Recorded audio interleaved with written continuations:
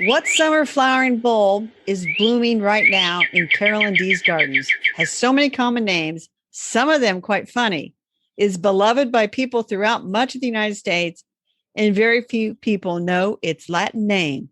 Listen to find out. Welcome to the Garden Angelus, where we talk about flowers, veggies, and all the best dirt. I'm Dean Ash from Guthrie, Oklahoma, where I garden on 7.5 acres out in the country. And I'm Carol Michael from Indianapolis, Indiana. I have a suburban garden measured in square feet. It's about a third of an acre. We call ourselves Garden Angelus because we are evangelists for gardening. We love gardening and we want you to love it too. Yes, we do. And we aren't afraid to spill the beans and tell all of our gardening secrets, the good, the bad, and even the ugly. But that's enough of who, what, when, where. Let's move on to this week's episode. Hello, Dee. Hello, Carol. How is your garden today? My garden today is lovely. It's cooled down suddenly after being very hot all week. So I mostly just did some harvesting and of course I mowed the grass like I do. So I see you also harvested some green beans. I harvested a lot of green beans and I froze a bunch of green beans. So I have like 5 messes of beans in the freezer, which feels very pioneer-like. It does. Channeling my grandmother's. You also have a certain flower blooming in your yard Yes. that is also blooming in my yard, and it was our teaser today. It is. Lycoris squamagira. Squamagera. I looked it up. That's the only reason I know, because I went and listened to somebody say it about 10 times because I was like, I can't say this word. I can say licorice. Also, and there are 2 different licorices, and we've talked about them before. Yeah, would that be like rye? That'd be like a rye. Anyway, what we're talking about, people, is we're talking about resurrection lilies, naked ladies.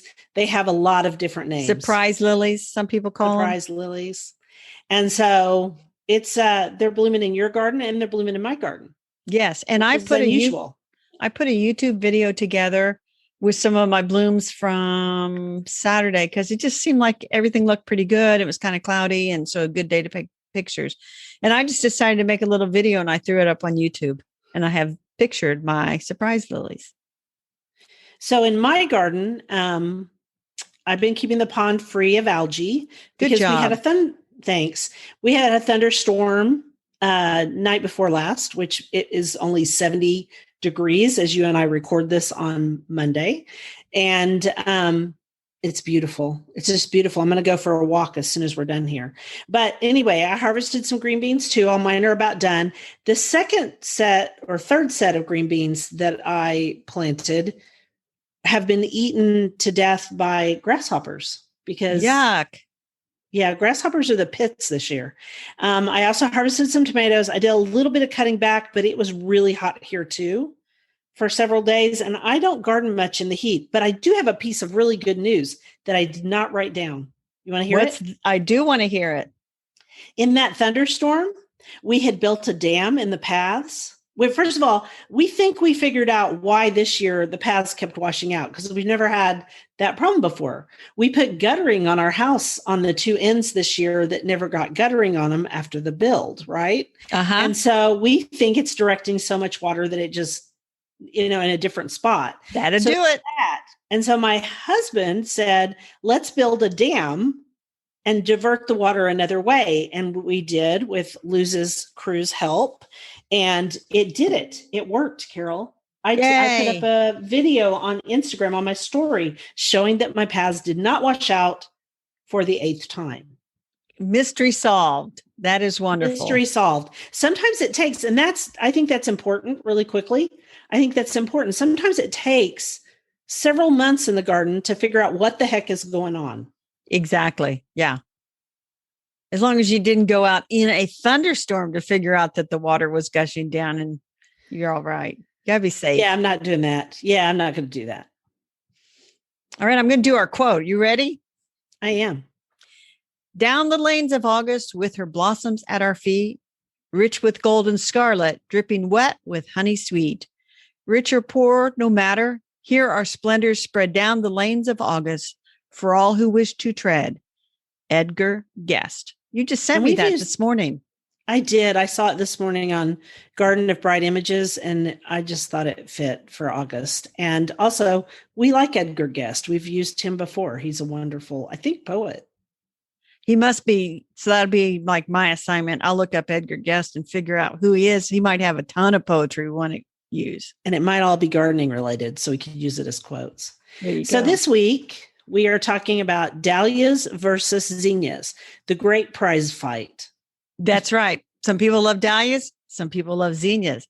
And so you gave me an assignment, which I completed. I did?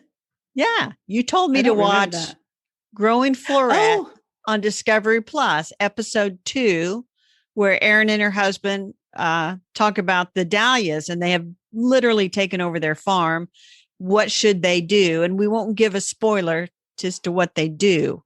So I watched episode 2, and then I skipped to episode 4.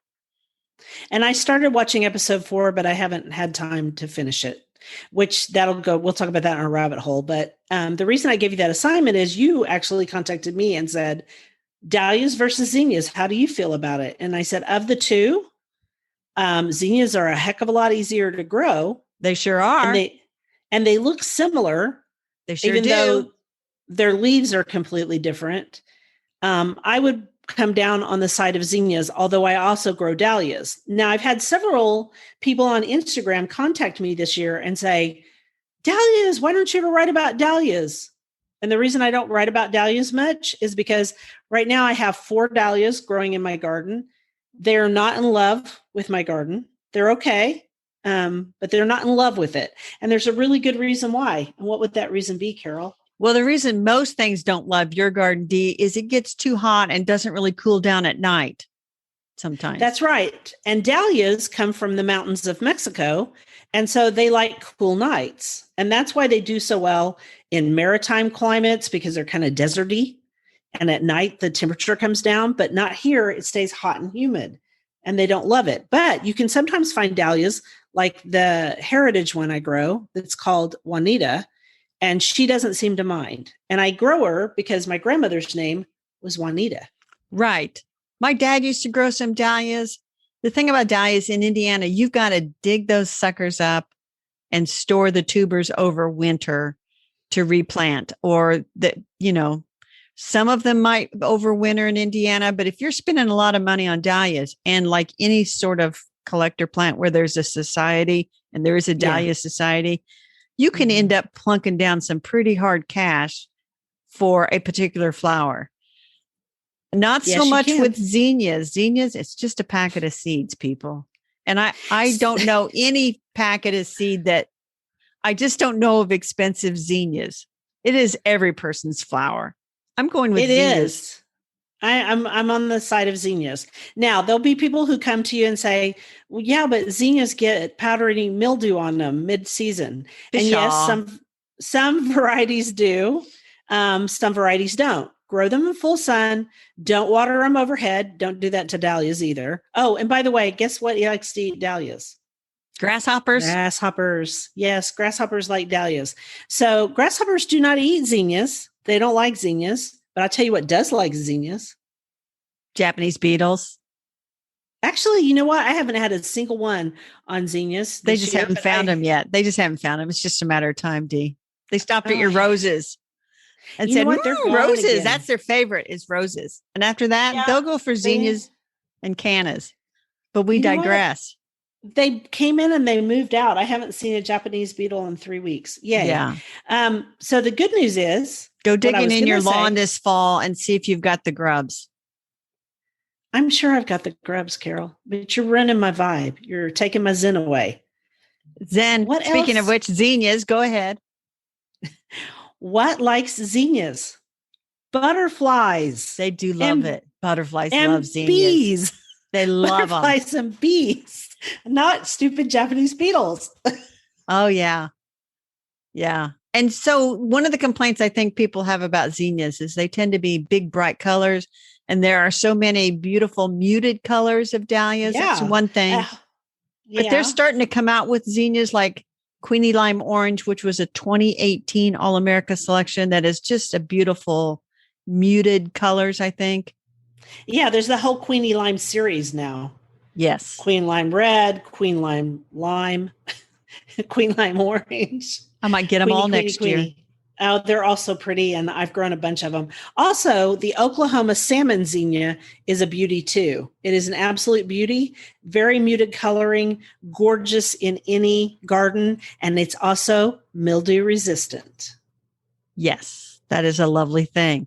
So there is not a zinnia society like there's a dahlia society. But we did read that book last year, A History of Zinnias, Flower for the Ages by Eric Grinnell, which is lovely to have. And that'll send you down a pretty good rabbit hole of zinnias. Yes.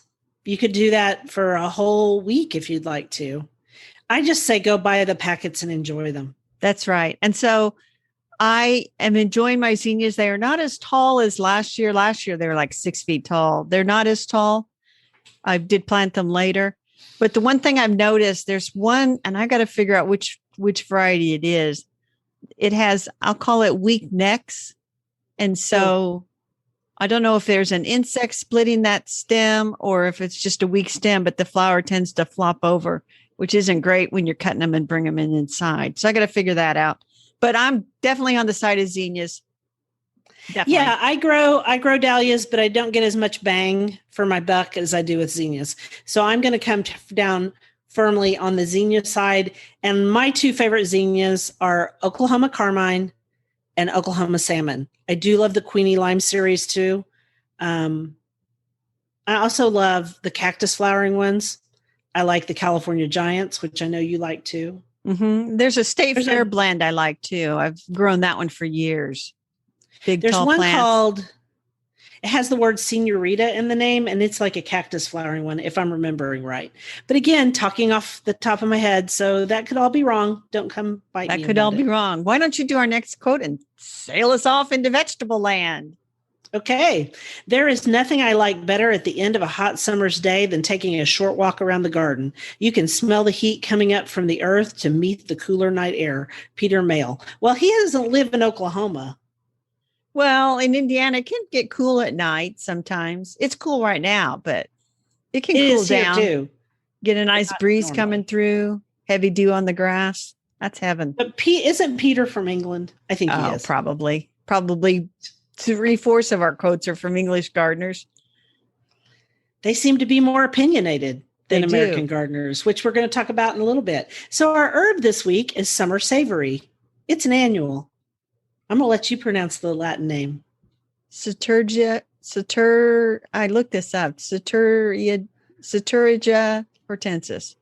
That works for me. Saturia. You even put it in there, Saturgia. Okay. Yeah, whatever. I can't say it. Whatever. I did look it up on Botanical Interest. I grew this one summer. I did too. Because I wrote an article about it for when the old Indiana Gardening magazine was still published. I wrote an article about summer savory and winter savory. So I did grow it. I don't recall using it. It's a herb and it has a peppery taste. I did taste it, kind of a peppery taste. Uh-huh. So it's good for all kinds of things, according to Botanical Interest. And I'll just quote them because I don't know anything else. Savory is primarily a culinary herb used in many dishes, including lentils, beans, chicken and beef soups, eggplant stuffing, sausage, sauerkraut, liver, and fish. Did they leave anything out? I don't think they did. Not much. Fresh savory also adds a delightful flavor to salads, is an important component of herbes de Provence, and is used in tea to soothe the sore throat and upset stomach. Attractive 18-inch tall, fast maturing plant, has flowers ranging in color from white to lavender, and it attracts bees. Which I love. It attracts bees. I don't remember the flowers on it at all when I grew it, but maybe I cut it back and use the. Yeah, if you're cutting back, it's just like basil. If you're cutting back the foliage to use, you're not going to see the leaves or the flowers. But, if your lavender ever kind of peters out on you, it seems like summer savory might be a nice substitute flower to use along the borders. And I had to look although my lavender's doing really well, so I don't think that's going to happen, Carol. I had to look up herbes de Provence, because I'm such a culinary expert. And it's a mixture of spices that started off in the Provence region of France. And they would dry herbs and make these mixtures, and then they could use it on all their plants. Listen to me, all their dishes. Right. And I use it all the time. I love herb de Provence. I think it's delicious. I have and I actually have some. Well, I have some from Provence.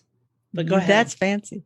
So I read this other book a couple of weeks ago. It's called, I think it's called Recipe for the Perfect Wife by Karma Brown. Oh dear. I don't want to give it away. She makes her own little herb thing. She puts a little something. She puts a little something in there. And maybe I should tell you, and our listeners, don't listen to this part. She puts poisonous foxglove in her herbs de Provence and kills her husband. Well, that's rude. It was very rude. Sorry, if anybody was going to read that book, I just spoiled it. A little digitalis with your herbs. Yay. Exactly. But anyway, there's also a winter savory that is a perennial, obviously. Did you ever grow that? You did grow that one too? I did not grow that one. They said if you have to choose the summer savory, and winter savory grows well in poor soils. And the way they describe winter savory, which is Saturija montana, is it likes a poor soil. It describes almost the same conditions that you would grow lavender in, and is probably from the same area of the world as lavender. Which is like Greece. Yeah. That kind of a world. I kind of feel like if you had a really wet winter, your winter savory might not like it. Yeah, kind of like if you have a wet winter, lavender doesn't like it. There's a bunch of stuff. Rosemary doesn't like it. All of those. So it's in that same group. All right, cool. So you want to do the next quote? Well, I just want to say, I think I'm going to go back and grow some summer savory next year. Remind me. Okay. Because I think it would be a way to attract pollinators out to the vegetable garden, which is always good. I think you need to tell Siri to remind you on your phone when you go to order, like in February. Say, I just write it. I'll write it down on my Trello board for seeds. Oh, you were telling me to remind you. And I was like, don't tell me to remind you.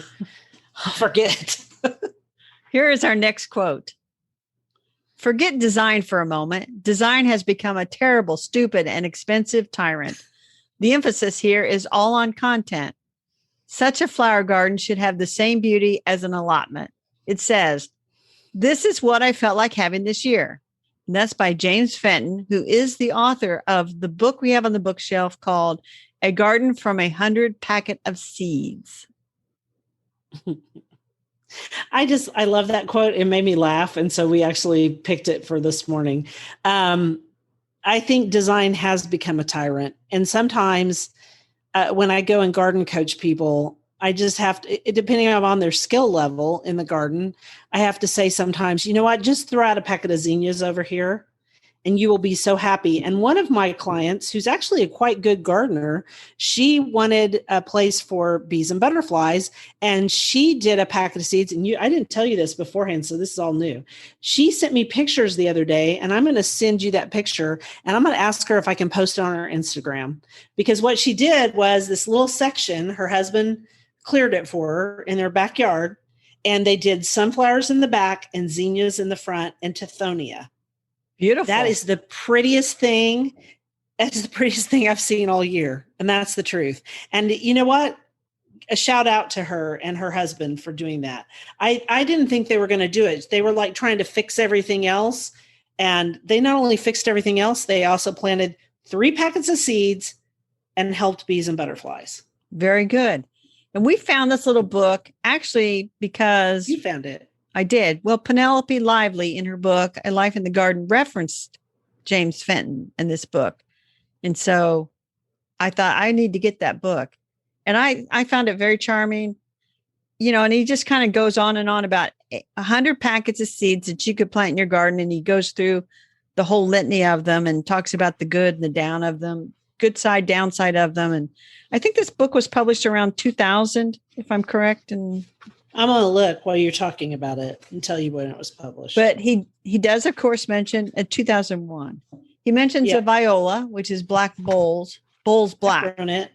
I've grown bowls black, haven't you? I have this year, and they're little plants out there. Remember, someone was eating them. And oh my gosh, Carol! What? Guess what? What? On page 57, which we chose this quote from page 56, the herb that he's talking about growing from seed is Summer Savory. I know. That's one of the pages I marked. Oh my goodness. I didn't know that. That's cool. And he talks on page 48 about how he feels like people dismiss annuals too readily.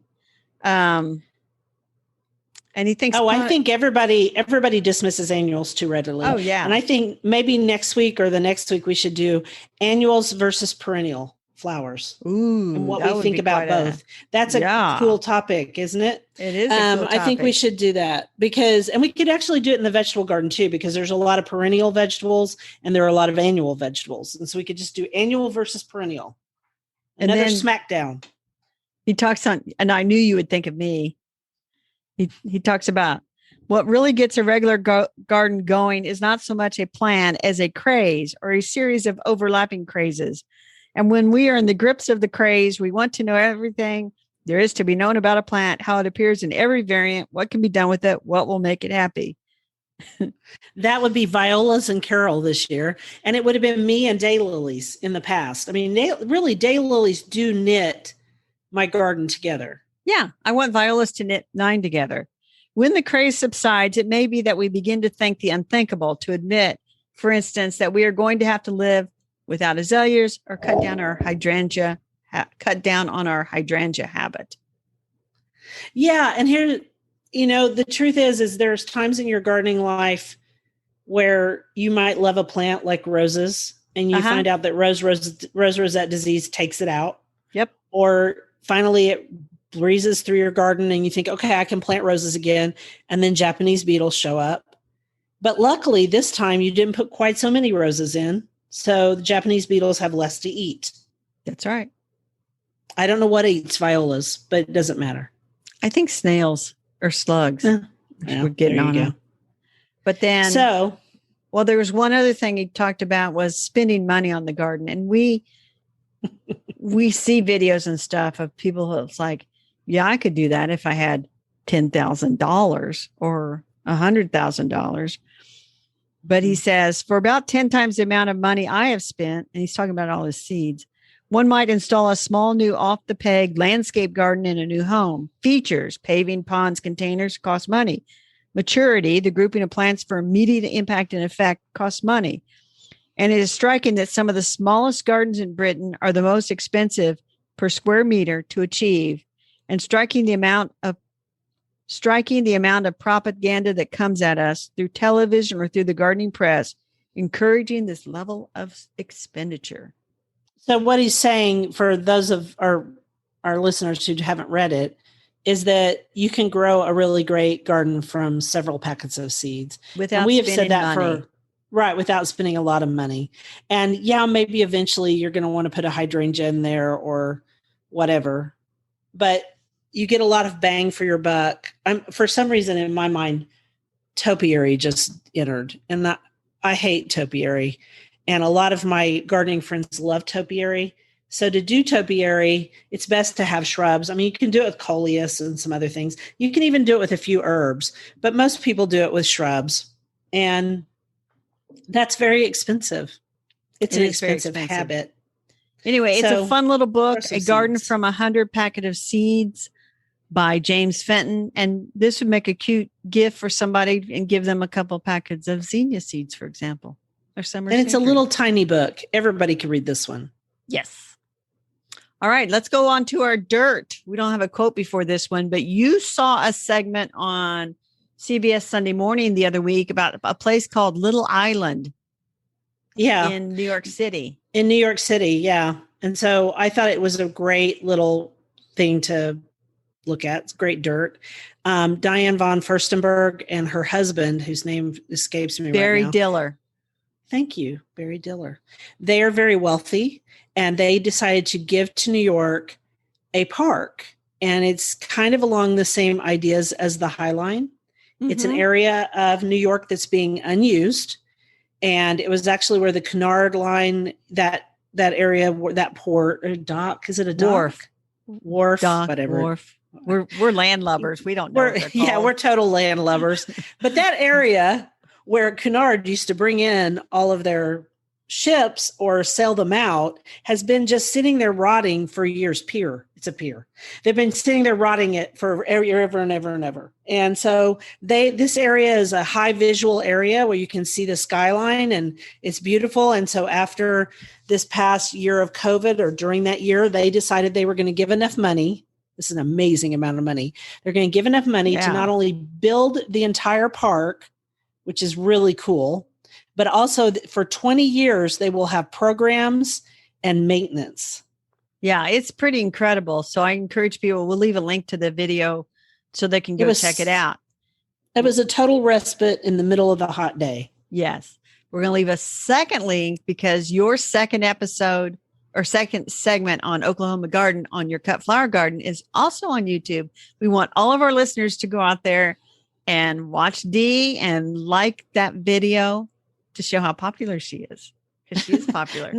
not to show how popular I am, but it helps out Oklahoma gardening too. So, and my friend Casey Hinches is the host, and she just does such a good job.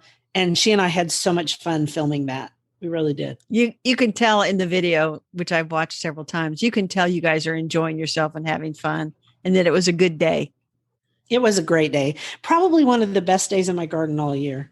Very nice. So let's go down our rabbit holes. So you go first. I had a lot of rabbit holes, Dee, and I thought, well, I'll talk about this one.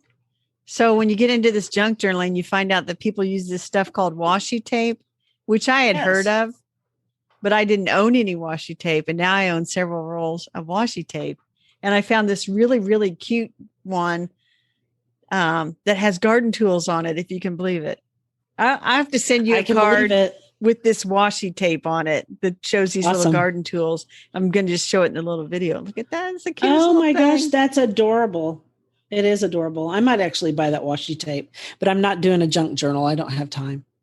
Yes. And so anyway, that when I've ordered from a couple places, some other rolls, just you need a stash, right? Right. And they sent me this like glittery purple with silver stars, like an extra, because a lot of these crap they'll include, and that's not me. So I was talking to my nephew and I says, does she like washi tape? And she's like, oh, she loves washi tape, and kids love it. They put it on all kinds of stuff. And so I took a picture and sent it to him. He says, oh, those are her colors. So I dropped that that little roll of washi tape off, glittery purple with silver stars, so she would enjoy it. So I'm coming back. So what is washi tape? I don't even know what it is. It's like a masking tape sort of thing, and it's all different widths and just like a bazillion different designs. And you can put it on papers and you can lift it up and reposition it. So it's a Japanese tape. It's called masking tape. I wondered if it was Japanese. Yeah. And it's almost, it's like translucent. So it's very thin and you can kind of see through it. So you could wrap Christmas gifts with it. You could. It would be maybe an expensive tape to use, but if I could see with a plain paper how it'd be really cute. And yeah, it'd be really cute with brown paper. I already thought of that. I already bought some washi tape to use. I knew it. I knew you were going to do that. I just had a feeling to my childhood. I like scissors and paper and tape. And do I know you or do I know you? You do know me. It's like when we all started coloring again and we bought coloring books and pencils. My gosh, that was fun, wasn't it? It was. I might color again. I get it. My children. Okay. So you want to hear my rabbit hole? I do want to see. I know what your rabbit hole is. Tell us about it, Dee. My rabbit hole this week was a puzzle. I spent several days away from social media, which is totally getting on my nerves. And I was working on my puzzle of honeybees and pollinator plants. And if you guys want this puzzle, you can buy it from Barnes and Noble because they're the ones that have it.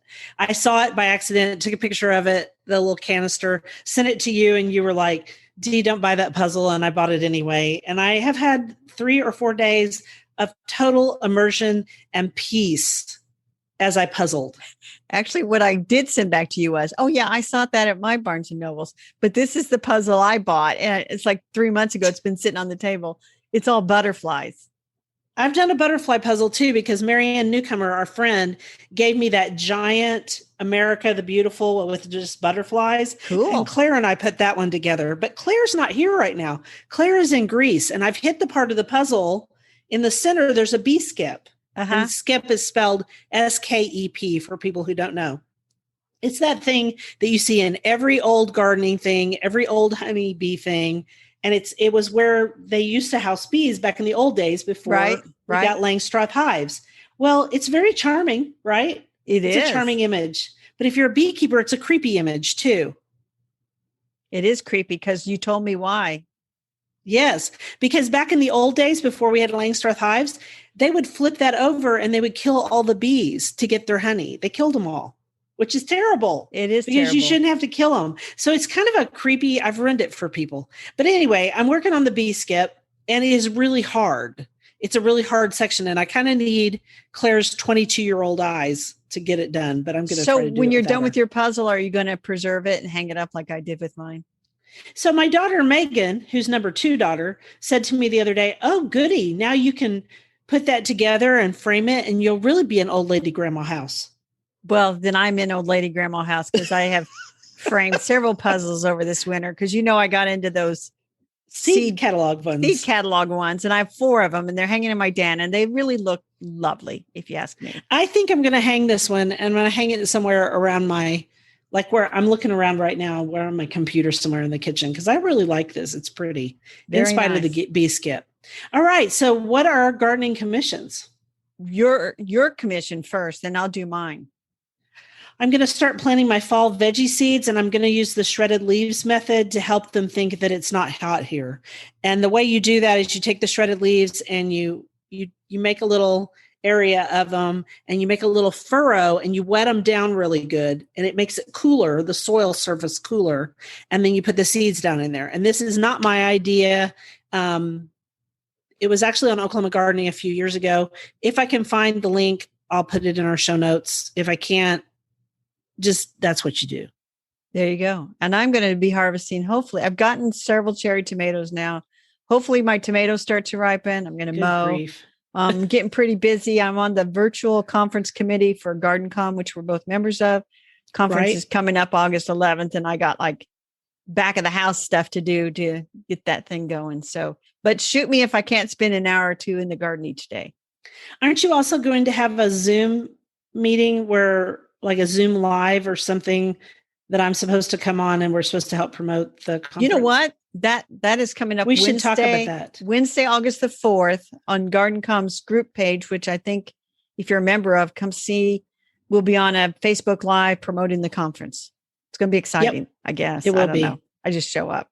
Anyway, thank you. Thank you for listening to the Garden Angelist. If you like our podcast, please tell your friends about us. Also hit that subscribe button so you don't miss anything. And if you listen to Apple Podcasts, we'd love a 5-star review. That helps us get noticed by others. Could you also share your podcast with your gardening friends or your non-gardening friends? Word of mouth is still the best way to get the word out there. Yes. And be sure and check out our show notes for links for more information about today's topics, plus links to our own websites. And if you want to help support us, use those affiliate links. If you buy something after clicking through on them, we earn a small commission and it costs you nothing. It was lovely to chat with all of you over the Garden Gate today. Bye until next week. Bye, everybody.